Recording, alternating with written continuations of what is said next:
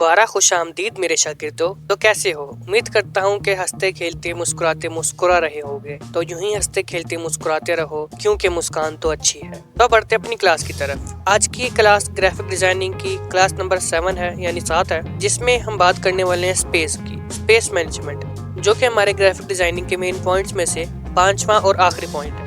हाँ, मुझे मालूम है कि मैंने फिर से एक और पॉइंट छोड़ दिया, बट हम उसे ठीक है बाद में डिस्कस कर लेंगे। तो अब बिना कोई वक्त ज़ाया किए चलते हैं सीधे स्क्रीन की तरफ। हाँ, तो ये सारे वही पुराने फ्रेम्स हैं जिनमें हमने एक दफ़ा पहले टेक्स्ट देखा था, फिर हमने इनके अंदर एलिमेंट्स देखे, और आज हम इन्हीं के अंदर स्पेस देखेंगे। अगर तुम लोग मेरे चैनल पर जाओ और जाकर उसकी पहली वीडियो देखो तो वो तुम्हें सोच की ही मिलेगी, जिसमें मैंने सोच के बारे में बताया था।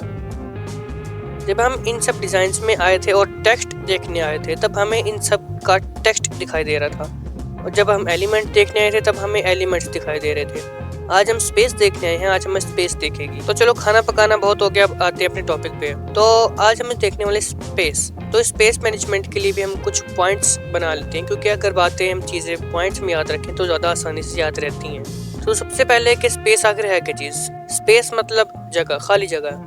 जो हमारे डिज़ाइन में खाली जगह रहती है उसी की बात कर रहे हैं। स्पेस होती है खाली जगह कि हमने अपने डिज़ाइन में कहाँ पर खाली जगह छोड़नी है और कहाँ पर जगह नहीं छोड़नी। स्पेस मैनेजमेंट एक तरतीब होती है हमारे डिज़ाइन की, कि हमारा डिज़ाइन किस तरह तरतीब किया हुआ है। तो चलो फिर देखते हैं सबको। इस स्पेस मैनेजमेंट को भी अगर हम पॉइंट्स में याद रखें तो हमारे लिए ज़्यादा आसान रहेगा।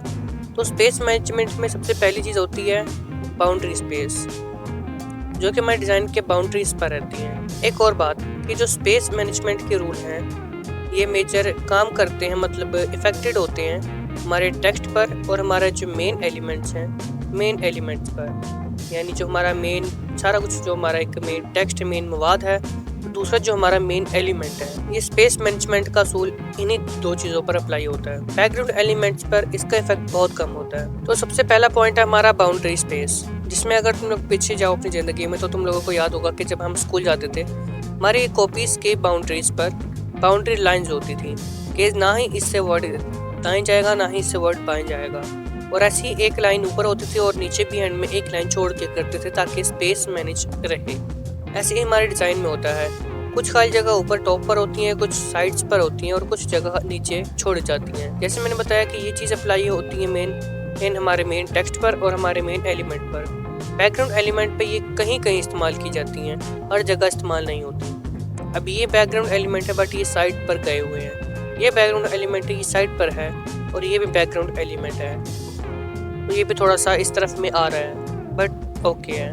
और जो कुछ एलिमेंट्स ऐसे होते हैं, हमारे बैकग्राउंड एलिमेंट्स हमारे कुछ ऐसे होते हैं जिनके ऊपर ये असूल प्रॉपर पूरी तरीके से अप्लाई होता है। वो बैकग्राउंड एलिमेंट्स वो एलिमेंट्स होते हैं जिनको मेन एलिमेंट्स या फिर टेक्स्ट के साथ कंबाइन करके दोनों को एक कर दिया जाता है। जैसे इस फ्रेम में है, ये सर्कल और इस मेन एलिमेंट जो पिक्चर है, इन दोनों को एक कर दिया गया है।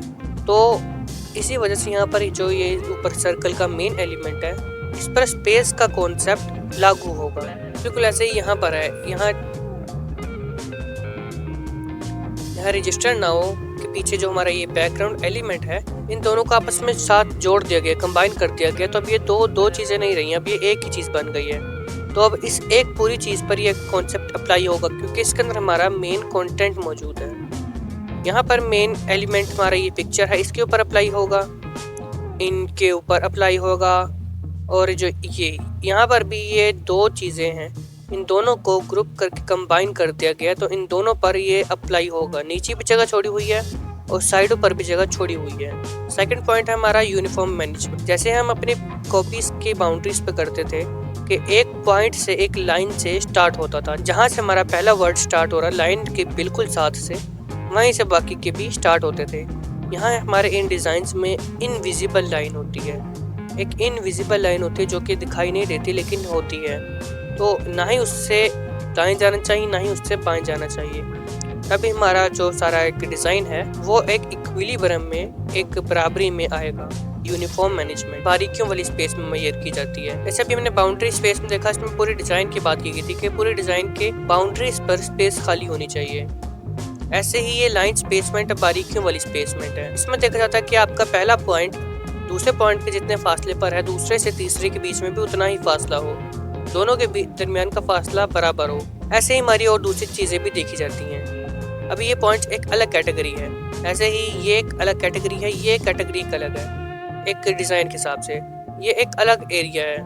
इस एरिया में जितना फासला पहली और दूसरी लाइन के बीच में उतना ही फासला दूसरी और तीसरी लाइन के बीच में रहता है। जितना डिस्टेंस यहाँ मार्केट और रिफ्रेश में है उतना ही डिस्टेंस डिजिटल और मार्केटिंग में है।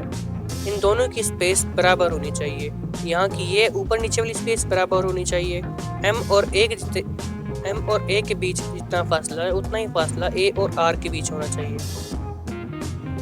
ये सब हमारा स्पेस मैनेजमेंट में आता है। स्पेस को प्रॉपर तरीके से यूनिफॉर्म करना। फर्स्ट पॉइंट में हमारे पास बाउंड्री मैनेजमेंट है, बाउंड्री की स्पेस मैनेजमेंट, एंड सेकंड में हमारे पास है यूनिफॉर्म मैनेजमेंट। तो आज के लिए मेरे ख्याल से बस इतना काफ़ी है, बहुत हो चुका है। तो जाने से पहले इस वीडियो को एक दफ़ा लाइक ज़रूर कर देना। तो बाकी अब हम मिलेंगे अगली किसी और क्लास के साथ। तब तक के लिए हंसते खेलते मुस्कुराते रहें, क्योंकि मुस्कान तो अच्छी है।